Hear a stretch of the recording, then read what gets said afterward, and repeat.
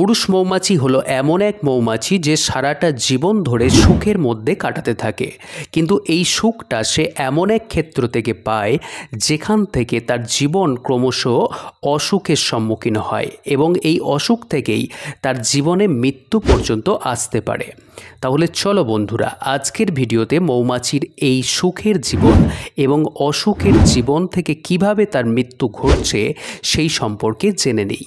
ভিডিওর শুরুতে আমরা পুরুষ মৌমাছির সুখের জীবন সম্বন্ধে জানব এবং ভিডিওর শেষে আমরা তার সুখ থেকে কিভাবে অসুখ এবং মৃত্যুর দিকে যাচ্ছে সেই বিষয়টা আলোচনা করব।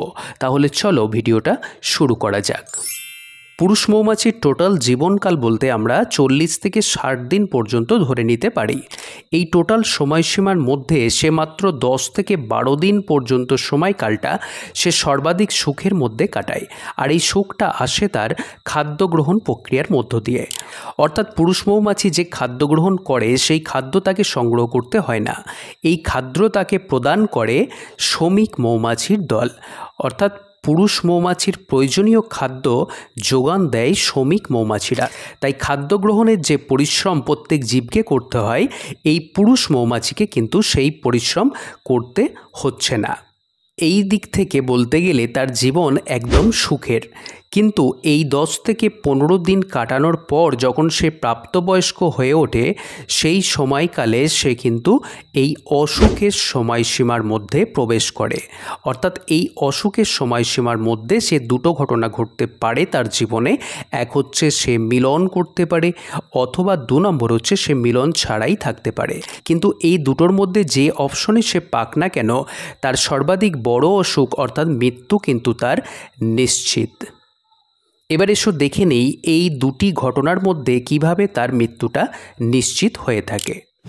যদিও প্রত্যেক পুরুষ মৌমাছি কিন্তু রানীর সঙ্গে মিলনের সুযোগ পায় না, তথাপি যে সমস্ত পুরুষ এই রানী মৌমাছির সঙ্গে মিলনের সুযোগ পায় তারা কিন্তু মিলনের পরই 100% মৃত্যুবরণ করে থাকে। কিন্তু কিভাবে ঘটে এই আশ্চর্য ঘটনা, চলো একটু ডিটেলসে বুঝে নেওয়া যাক।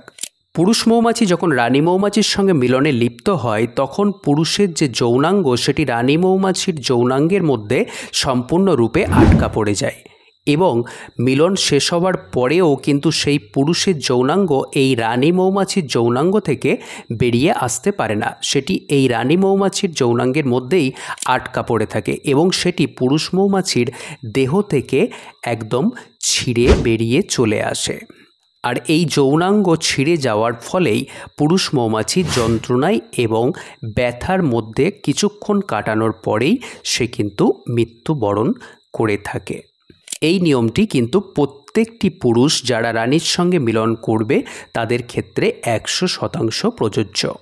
এখন যদি কোনো পুরুষ এই রানীর সঙ্গে মিলন না করে তাহলে তো তার মৃত্যু হওয়ার কথা নয়, কিন্তু তাও যদি কোনো পুরুষ এই রানীর সঙ্গে মিলন নাও করে তথাপি কিন্তু সে মৃত্যুবরণ করবে। এসো এই বিষয়টি একটু জেনে নেওয়া যাক। যে সমস্ত পুরুষ মৌমাছি প্রজনন করলো না তারা কিন্তু এই প্রজননের পর দীর্ঘদিন বেঁচে থাকতে পারবে না, কারণ মৌচাকের একটি নির্দিষ্ট নিয়ম রয়েছে।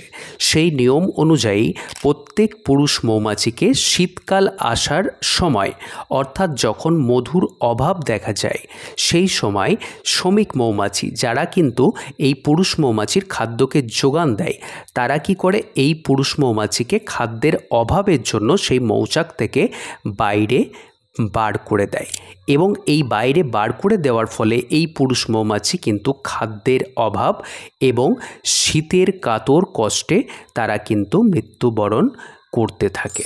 তাহলে বন্ধুরা, আশা করি বুঝতে পারলে পুরুষ মৌমাছির সুখের জীবন থেকে কিভাবে অসুখ পর্যায়ে পৌঁছালো এবং শেষ পর্যন্ত মৃত্যুবরণ করতে হলো। প্রকৃতির বিভিন্ন জীবের জন্মগ্রহণ প্রক্রিয়ার থেকে মৌমাছির জন্মগ্রহণ প্রক্রিয়াটি একটু আলাদা রকমের, কারণ এখানে 3টি প্রজাতি জন্মগ্রহণ করে থাকে এবং এখানে পুরুষ প্রজাতির জন্মগ্রহণ প্রক্রিয়াটি একটু আলাদা ধরনের। যদি তুমি এই রহস্যটি জানতে চাও তাহলে অবশ্যই পরবর্তী ভিডিওতে চোখ রাখতে পারো। যদি তুমি চ্যানেলে নতুন হয়ে থাকো অবশ্যই চ্যানেলটিকে সাবস্ক্রাইব করবে এবং যদি আজকের ভিডিওটি তোমার একটু হলেও উপকার করে থাকে অবশ্যই লাইক করে সহযোগিতা করবে। ধন্যবাদ।